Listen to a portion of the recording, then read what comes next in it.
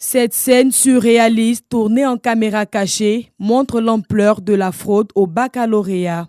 Ici, au lycée moderne de Marcory, un candidat sort de sa salle de composition, fonce dans l'arrière-cour de l'école, contacte un individu qui lui remet un document, visiblement le corrigé de l'épreuve de philosophie qui se déroule au même moment.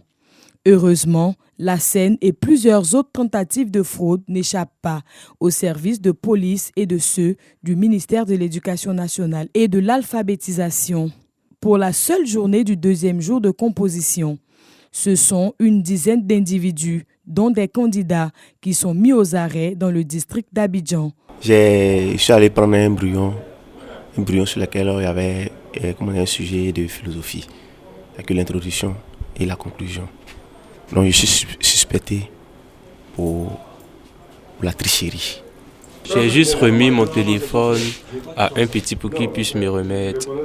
Après, vu qu'il s'entraînait dans la salle, donc du coup, quand ils sont venus en salle, le gendarme avec le chef du centre, ils nous ont demandé s'ils ont des téléphones, si on peut remettre. Alors, il a remis.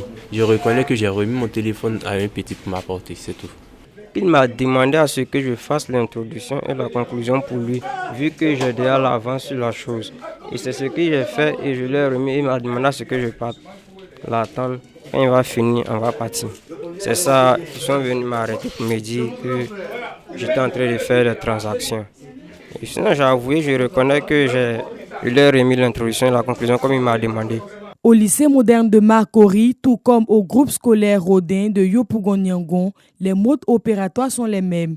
Soit les candidats fraudeurs reçoivent les corrigés via WhatsApp, soit ils trouvent une astuce pour récupérer le corrigé de l'épreuve des mains des individus se trouvant à l'extérieur des centres de composition. L'opération qui a servi à mettre le grappin sur eux traduit bien la volonté de la ministre Mariatou Koné d'améliorer considérablement les acquis du système éducatif ivoirien en accentuant la lutte contre la fraude.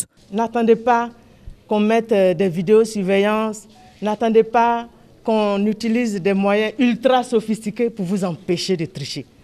Soyez vous-même votre propre gendarme, votre conscience personnelle, parce que c'est votre valeur intrinsèque que nous allons juger. L'opération discrète se poursuivra jusqu'au dernier jour des examens à grand tirage sur toute l'étendue du territoire national. En attendant, les candidats fraudeurs et leurs complices vont répondre de leurs actes devant les juridictions compétentes.